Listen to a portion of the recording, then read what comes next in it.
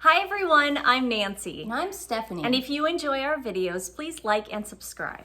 Okay, we are at episode 7 of And Just Like That.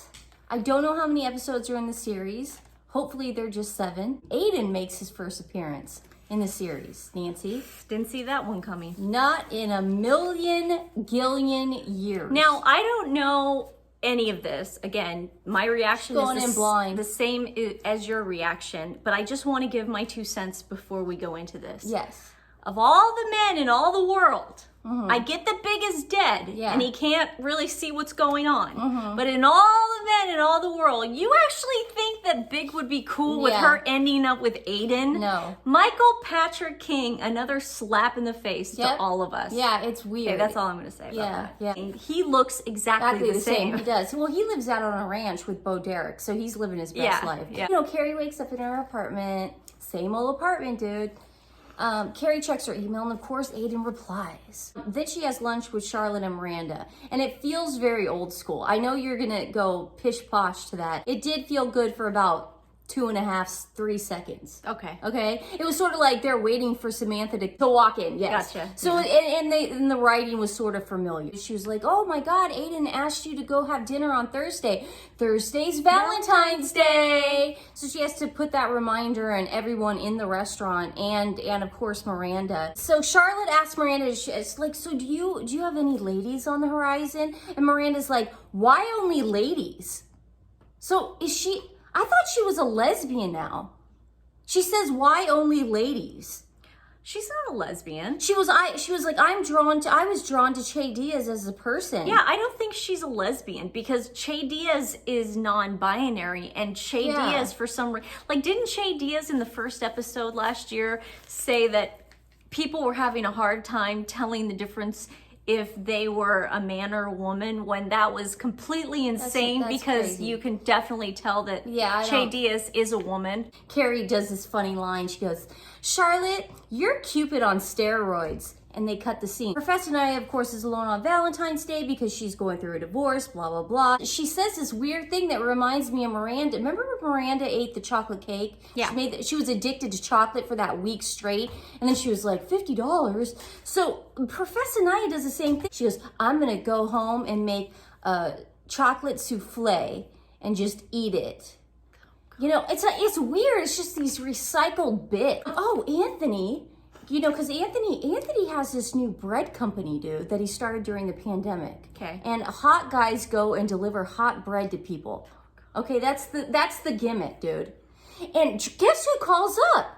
Drew Barrymore. And she goes, do you want to be on my show, Anthony, on Valentine's Day? And he's like, oh, yes, I would love to. And then one of the delivery guys, who, of course, they're buff and hot and gay, and it's like he starts stabbing himself with steroids. Anthony's like, nobody's on steroids on my watch. Whoever's doing this juicing has to leave now. All his employees quit. So he's in a bind, dude. He's in a bind. He's got to go on Drew Barrymore. And, you know, Rock's on a billboard. So that's that. PJ Lisa gets mad at her son because her son is kissing his girlfriend. And so, that could be a possible love connection because Lily just broke up with her boyfriend. Did she end up having sex with him? Yes. Okay. But he breaks up with her 2 weeks later. Lesson learned. You know, it's the best thing for her. Yeah, it is. Yeah. Okay. He couldn't get a reservation at Nobu. I know, that's crazy. So they have to, again, women of color, they have to incorporate these people in because they can't not have them anymore, or Michael's gonna look like an idiot, which he already does. So Che and Carrie are just walking around, you know, in New York and different bodegas, and they're talking about Miranda. And Che's like, is she ghosting me? But it's so weird because Carrie's like, oh, do you miss her? They go, no, I just wanted to make sure because I have a box of her things. Like I could, you know, sort of I could care less attitude. But then Che starts saying that she goes, well, I can't afford that apartment anymore, so I'm going to Airbnb it. I'm basically homeless. I have no job. They were the most popular comedians.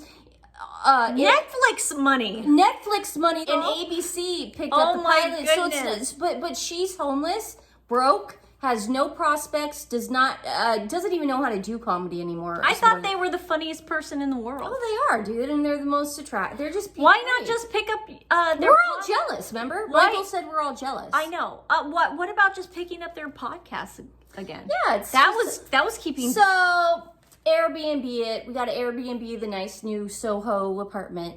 Soho. And so then Shay sees a little doggy on the street, dude. And she picks up the doggy, and Carrie's like, "Don't touch it. It could have, Carrie doesn't like dogs. No. We proved that with Aiden's Yeah. dog. So Shay's like, "Don't worry, I've done this before." And Carrie's like, "What?" And she goes, "I used to work at a rescue center for dogs. Watch this." And she goes into the rescue center on the corner. It's so close. She just takes a little doggy to the rescue center, and it's the same woman that she worked with before. It's an older, staunch lady from New York. She's like, "What are you doing here? I thought you were a big movie star." And then Shay goes, "I'm broke, I'm homeless," says everything that's happening. "Here's a dog I rescued, take good care of the dog." And then the staunchy New York woman goes, "Hey, your locker's still back there if you want." No way. It's gonna swear to God. No way. It's so hard to keep a straight face during this scene. You're lying. I swear to God. I don't think you're telling me the truth right now. On my dog Rocky, I'm telling you the truth. There's no way Nancy, that Shay turned to Carrie, said, "Watch how this is done," walks into a dog rescue, and says your lock is still. And then the girl offers her old Can we job show back. video? Because it happened. Okay, so she goes, "Your lock is ready for you, and your uniform's still back there." That didn't happen. Swear on my dog. And so Shay is now working at an animal rescue. And also, I feel like in this scene, Michael Patrick King was almost fooling us with the cute dogs around. You know what I mean? I think he was distracting us because he doesn't like dogs either. I could tell. Oh, he hates dogs. I've always had an instinct about people who don't like dogs. You know what I mean? And he does not like dogs. We know Sarah Jessica Parker doesn't like dogs because they incorporated that into the actual Carrie Bradshaw character. But he thinks he's just fooling us at this point, dude. Okay. Oh, you're gonna love this, dude. Professor Naya and Miranda go book shopping. They're talking about Valentine's Day, and Naya's like, "Well, I'm just gonna eat chocolate and have a me night." She has a me night every single night. It's like, what? Miranda's like, "I don't know. I just want to meet someone and just have hot, passionate love making all night, blah, blah, blah." And then as she's, Nancy, I swear to you, the books, what is it called? Bestseller books? On the table, but the bestseller. Stephanie doesn't have a lot of experience walking into bookshops. No, I do. But the book that you noticed, Prince Harry's memoir, Spare, front and center, showcase piece, showcase book. Now, can I tell you? I sent that to you. If you go back to our first installment of this series of And Just Like That, season 2, the first thing I said about Michael Patrick King was, "I guarantee you he is a fan of Meghan and Harry's," because I said the guy is the devil and he's a bad person, and I guarantee you if he had to choose, he would choose Meghan and Harry. Let me just tell you, that was the most unnecessary advertisement for a book. He did that on purpose. They placed that there on purpose. Cynthia Nixon might have had a hand in it. We don't know. But that was there on purpose, okay? We go back to the Balenciaga where they go, "Well, it was just papers. We didn't know what they said." Yeah. No. You placed that there.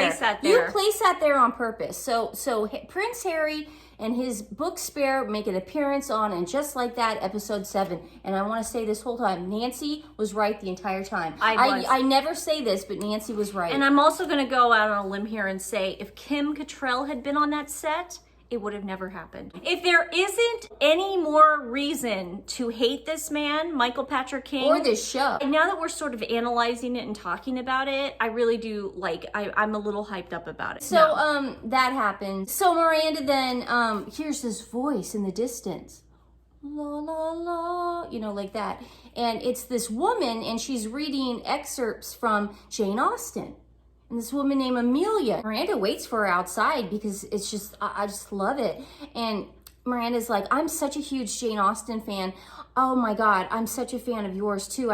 She goes, when I go jogging, I always put you on, you know, and you're always you're the voice. And then Amelia's like, I don't usually do this, but can I have your phone number? Oh my God. Do you like want to do something? You know, so they ask each other out for Valentine's Day and that happens. And so Miranda then calls up Carrie and she's like on the bed and they're talking like schoolgirls and she's like, can you believe we both have hot dates on Valentine's Day? And she talks about how she's the Jane Austen girl. And then Carrie says, so you have great sex expectations, you know? Yeah. Oh man, and so Michael Patrick King's bringing in more women of color just to insert them and then get the hell out, because that's what he does. Michael, he's evil bastard. He is evil. So Seema, another woman of color, and Carrie are talking about Aiden, okay? And Seema takes Carrie to a massage place, you know, in a spa. In the daytime of Valentine's Day. And they're talking about Aiden. And she's like, oh, I just needed this because I'm so stressed out about Aiden. You know, it's been 14 years. What am I going to say to him? You know, blah, blah, blah. Seema's like, then, hi, receptionist lady. We have a massage at 1 or whatever. And the therapist goes, oh, good. A couple's massage for Valentine's Day. Seema gets mad that she says that. Like, Nancy lights the place on fire. Like, gets pissed, dude, that she called it a couples massage. And it's like, Seema says this then. She goes, what about single rights, lady? I'm single on this day, okay? I mean, she should take this up to Capitol Hill. You know, it's one of those situations. I've never seen anything like that. And she goes, and then the lady goes, well, can we call it a couples massage? And Seema goes, no. And they walk out without the massage. Just because they called it a couples massage on Valentine's Day. I don't know who wrote that crap. Please. You don't think Kim Cattrall would have taken her to go to have a nice massage together? But I guarantee Kim Cattrall She's so sweet to do that. I'm sure Kim Cattrall would not have. She would have left. She would have been like, yeah, we've been together for 10 years. Yeah, that's what Kim would have done. And I could said. write this episode better than that lunatic Michael Patrick King. So then Miranda's getting ready to meet Jane Austen, Amelia. And Amelia calls up and she's like, hey, instead of the restaurant, do you just want to meet at my apartment?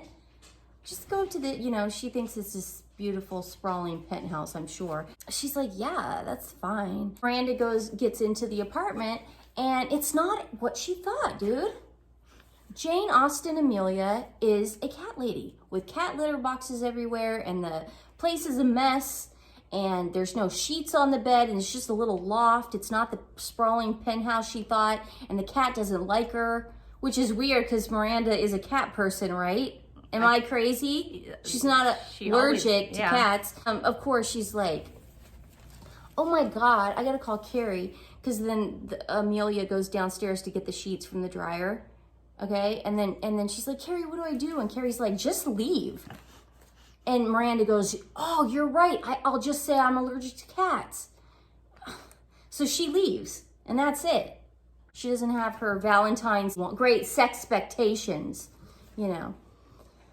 Oh, God. Anthony goes on to Drew Barrymore, and I just wanted to bring this up. Drew Barrymore makes an actual appearance, dude. That doesn't surprise me. Drew Barrymore's completely insane these And days. Charlotte, have you seen Drew Barrymore? Barrymore? Yeah, it's crazy. Have you seen that yes, show? I'm so... She's completely crazy. She's like, I'm so happy you're on here, Anthony. I just can't believe you haven't been on the show before. You're my hero, Anthony. I'm so, oh my God. You know, it's just all that. And then Charlotte ends up finding Anthony a stand-in to, you know, for the bread stuff, because, you know, all the people, and it's this hot Italian guy. And I just want to let you guys know, Charlotte eats an edible. This is all that happens to Charlotte. She ends up eating an edible that was laid out by one of Lily's friends, and she gets high during dinner with Harry, and then she goes to the hospital, and then while she's coming out of her edible high, she's like, I'm gonna call Victor Garber. I want that job. Oh, I knew it. I knew it. I called it too. So that's gonna happen. Michael Patrick King's writing is so stupid and obvious. Yeah. It's really easy to predict. So Carrie goes to meet Aiden at the restaurant. And what's weird about this is that if anyone's lived in the LA or New York, Nancy, are restaurants packed on Valentine's Day? to the max. Yes. You can't get a table, right? No. Carrie walks into this restaurant, dude, completely empty. Maybe there's like 5 people, maybe, okay? But other than that, and it's at 8 o'clock. That's prime. That's the prime, spot you want at on Valentine's. He comes in there and there's no one at the restaurant yet. He's not there, dude. He's not there. She keeps checking her phone. She's like, oh my God. And she tells Miranda, and Miranda's like, oh, just wait. Just text him, you know. If you text him, it'll be fine. Carrie texts him, and then he texts her back, and he goes, where are you? She goes, I'm at the restaurant. Where are you?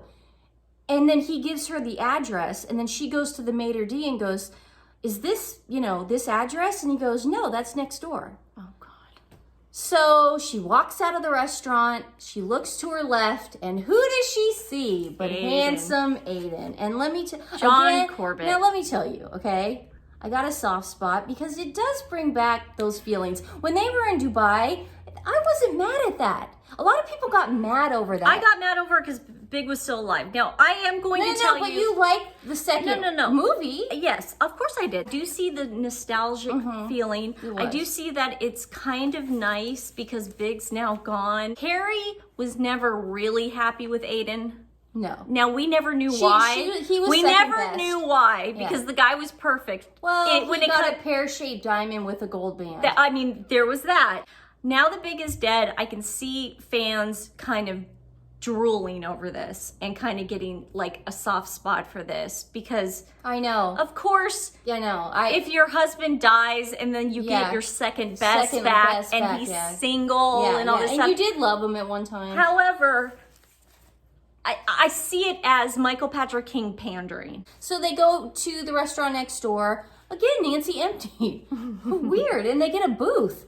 On Valentine's Day at 8 o'clock. Well, it's got to be 9 o'clock now. That's even worse. So then she's like, you know, I just feel really bad about John. She's like, yeah, it sucks, you know. There was chemistry. I'm not going to lie. I don't want to give Michael Patrick King props. I'm not saying there wasn't chemistry. Yeah. I'm not saying that. Yeah, I'm saying this is a form of pandering. Yeah. No, you're right. He's messing with us. Yeah. It's the abusive husband act again. No, it's the abusive husband act. At the end of the day, he's going to punch us in the face after giving us flowers today. This is the thing. At the end of the day, like, Big's not going to come back. No, you're right. I have to be reminded constantly that the only reason that this is happening is because Big is dead. So they get into a cab together and they go and she's like, you want to go to my place? And you're kind of knowing that they're on the same page here, you know. I mean, and so why not? He gets out of the cab. He looks at the apartment and he goes, "Oh, you still live here?"